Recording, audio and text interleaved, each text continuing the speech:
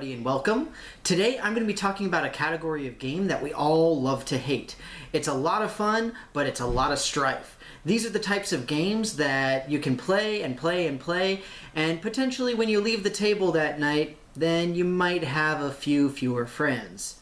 Welcome to my top 5 games that can tear apart friendships. For these, I'm looking for several specific mechanics, and you can actually see several of them as I'm going to be talking about the games. These are games that can cause a lot of potential strife between players, not only as people, but as people playing a game and being in character of sorts. So with that, I'm going to go ahead and get started with a couple of honorable mentions.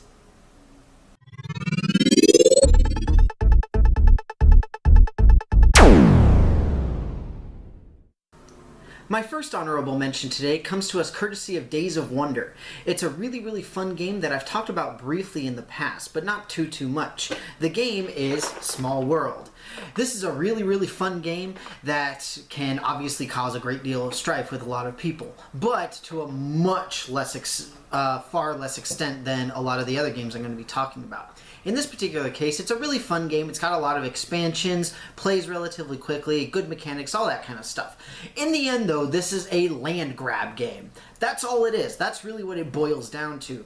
And potentially, you can seriously get some of your friends in a lot of trouble and get yourself into a lot of trouble if you do something that they really didn't like too much.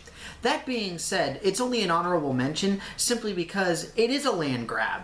That's what it is. That's what you're doing.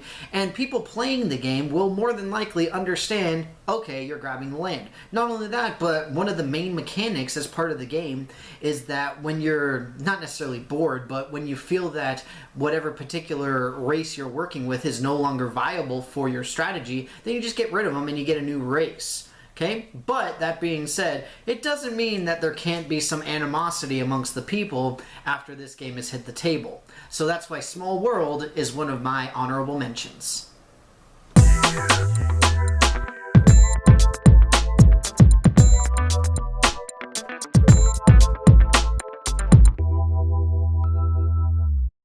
My second honorable mention is a really fun game that I really haven't talked about very much, if at all. It's a really fun game that involves a great mechanic. It is Cash and Guns. Now, why is it that this is on as an honorable mention rather than on the main list? And the simple fact is because of the way the mechanic works. The whole point of this game is that you're a group of bank robbers trying to split up a bunch of loot, and in order to split it up evenly, you end up basically having to shoot each other. It's not necessarily a bad thing, it's actually a lot of fun, and that's the whole point. And in the end, that's why this is an honorable mention rather than on the main list. The animosity caused within this game is part of the game. That's part of the whole point. You're supposed to not like all the other players. You're supposed to be upset that they keep shooting you, because that's the whole idea. That's what you're supposed to be doing. And in the end, it is a lot of fun, and you really won't see a whole lot of really true blue strife and animosity amongst the people when you play this game, but you very well may, and it can potentially lead to some serious problems, especially if you just keep picking on one person the entire time. So with all that being said, that's why Cash and Guns is one of my honorable mentions.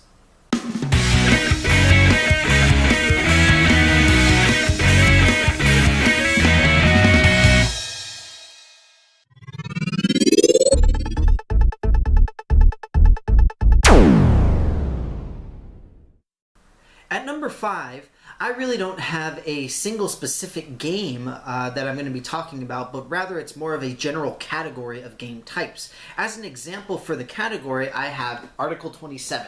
This is a really fun game where you get to play as the UN Security Council. So you can imagine there ends up being a great deal of animosity and strife amongst not only the players as people, but the players as the members of the Security Council. So the general category is basically diplomatic negotiations. Anytime you have any sort of diplomatic negotiations, any sort of diplomacy at all, you're going to have a lot of problems. The biggest example is obviously the game Diplomacy. I've played it, but I don't own it, and there are also several other games like it. The one that I can really think of is Imperial. That one's really fun because you can actually control countries based on how much money you're investing in them. And it's really great. It's a lot of fun. But As far as Article 27 is concerned, it's really cool. You each take a turn being the Secretary General of the UN Security Council, and the idea is that you're trying to get some specific bill to pass, and ideally you're basing it off of whatever it is that the priorities you have are, whatever sort of interests that you've got, and everybody is looking out for their own interests, obviously, so you can potentially have a lot of problems where if one person feels like they're being ignored, if one person is really trying to take over everything and control everybody else, all sorts of stuff like that. And again, any sort of diplomatic game, you can have all those problems, in addition to making a deal and then going back on it. In this particular game, that type of thing really isn't that big of a deal, though. Essentially, you make a deal and you actually make it as the bribe mechanic, so you bribe somebody, and then if they don't do what you bribed them to do, you just get your money back. So it's not that big of a deal. But at the same time, it can really cause a lot of internal anger and strife, and you're just like, I want to kill you. So, that being said, that's why Article 27 and in general diplomatic negotiation games are my number 5.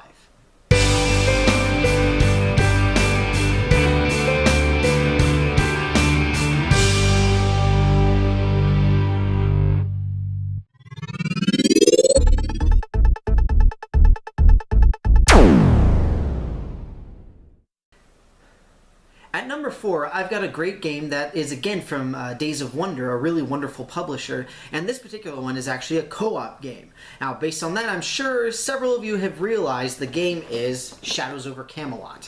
One could argue that this would be another sort of category of games, a game that includes not only Shadows over Camelot, but other ones like Battlestar Galactica, things of that nature, wherein the crux of this type of game is that it is a co-op game, but you potentially have the snake in the grass type of thing. You've got the traitor amongst you, and that can really cause a great deal of problems. And not only at the table, but off the table. The biggest thing basically being at the table while you're playing your characters, then the accusations are just flying left and right of who's who, who's loyal, who's not, who's this, who's that, who's the other. And then in the end, you can potentially spiral downward into the vortex of non-productiveness, or whatever you want to call it. Either way, the point being, everybody gets so paranoid about who the traitor is that they just cross their arms and say, okay, well, I'm not going to work until we figure out who the traitor is, or we at least all agree to try to work together.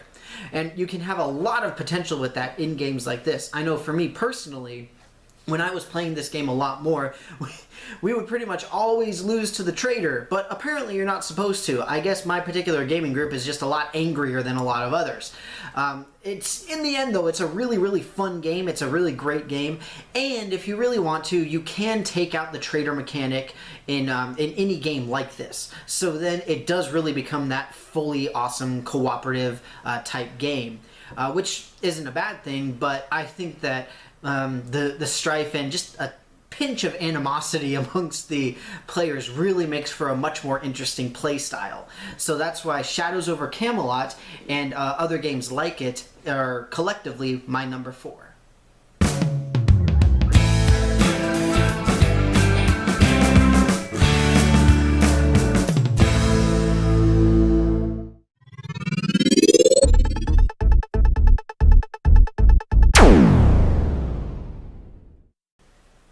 At number 3, I have my favorite game of all time.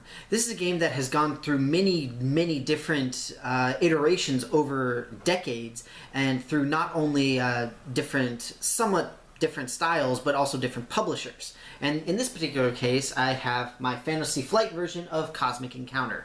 This is, like I said, this is my absolute most favorite game of all time. I love it to death. It is a wonderful game. It's so much fun to play, but again, you can have so much animosity to people in this game. And it gets back a little bit to what I was talking about with Article 27 and any sort of negotiation game, because again, this is all about what are you going to do? Are you going to help me, or are you going to help them? Are you going to attack, or are you going to defend? And eventually it gets to the point where you have to start attacking your friends. I mean, you can try for things like long-term deals and all this kind of stuff, but eventually somebody's going to get stabbed in the back. And once you get stabbed in the back, then you're really not very happy and you're going to have to do something about it. So, this particular game, again, Cosmic Encounter, is my really favorite game for this purpose. And I think that this is more strife-ridden simply because it's not necessarily a built-in portion of the game. Whereas with something like Article 27 and other negotiation-type games, the whole point is that you're negotiating and it's supposed to be a relatively heated discussion. With this, it's just, hey, we're trying to help each other out, you know, I'll watch your back, you watch my back, and then suddenly you're trying to fight somebody and your friend who's supposed to be watching your back isn't there anymore. It's a little bit unnerving, and in the end, it, in my opinion, again, makes the game a lot of fun. It adds a lot of flavor, but, like I said at the beginning, you can potentially leave the game with a few fewer friends. So that's why Cosmic Encounter is my number 3.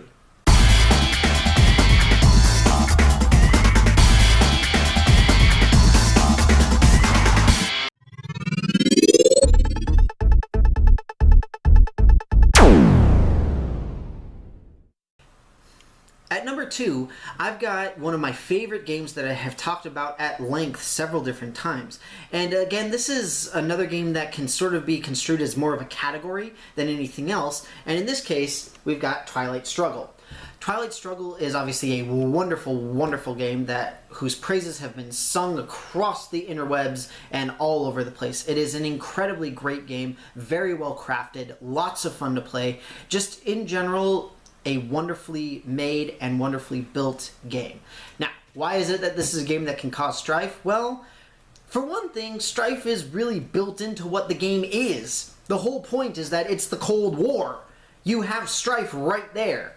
Obviously, going into the game, you're not at Cold War with whoever it is that you're playing with, but at the same time, it's going to get to a point where somebody, the other person is going to do something and you're just going to be like, oh, I hate you so much. That always happens with this game. And again, that's part of why I love it so much, because you do have sort of that friction and that strife between the two people, but then at the same time, there's nothing quite like having the ability to force your opponent to take you into DEFCON and nuclear war, making you win because of a card that you played. There's just nothing quite like that feeling, and if you're on the receiving end of said card, then you will certainly let your opponent know about it and let them know how upset you are about it. But again, for this particular game, it's a lot of fun. Obviously, with only 2 people, you can't have a whole lot of animosity, right? Or at the very least, you won't lose as many friends as a lot of the other games. But at the same time, this and other basically like war game type games, any 2-player, like, you know, Nazis and Germans, or Nazis and Germans, what am I saying? The Axis and Allies, or any sort of mythic battles, which I've talked about previously. Any one side versus the other type of game, you can have that potential for a lot of anger and animosity from not even only the losing player, but also from the winning player if, you know, the losing player just sort of gave up or whatever it happens to be. But that's a different kind of animosity. Anyway, for the general purpose of this category, you get a lot of issues with somebody who was planning and planning and planning, and then suddenly, boom, you can't do whatever it was that you were planning, or you just got completely screwed over, your dice roll didn't quite work, whatever it happens to be, and then you just get a lot of blood boiling. So that's why Twilight Struggle and in general war games are my collective number 2.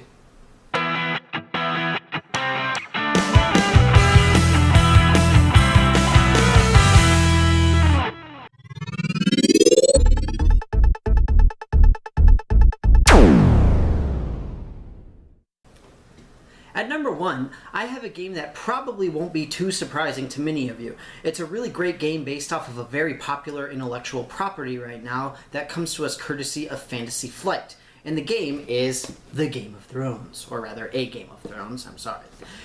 But what better way to end a video talks about games creating strife and animosity and splitting up people than a Game of Thrones, wherein half of the plot is about people backstabbing one another and eventually just taking everybody else out and making deals that end up not working or not coming true, or somebody doesn't hold up their end, or whatever it happens to be.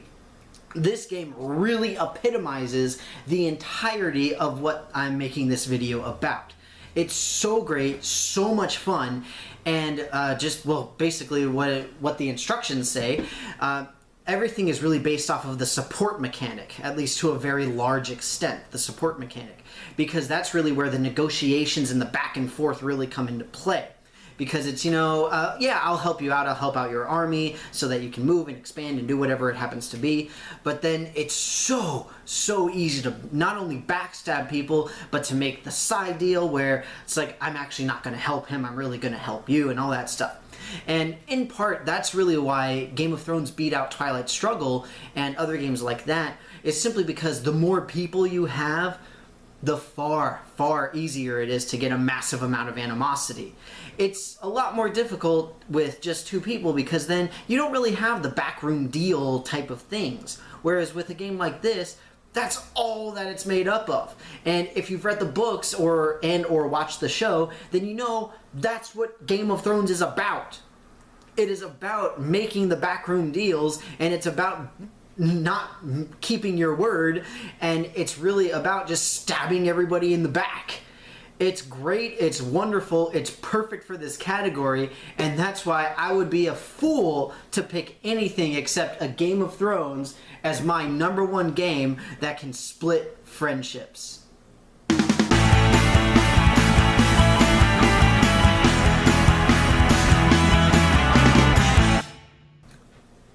So that's it for me, everybody. I hope that you enjoyed my video on my personal top 5 games that can end up splitting up friendships. If you have any other ones, or if you just have any general comments, please feel free to comment on the video and let me know. I'll be more than happy to have awesome discussions about all this kind of stuff. And with that, I hope that, again, you enjoyed the video, and thank you very much for watching it. And until next time, I will see you later.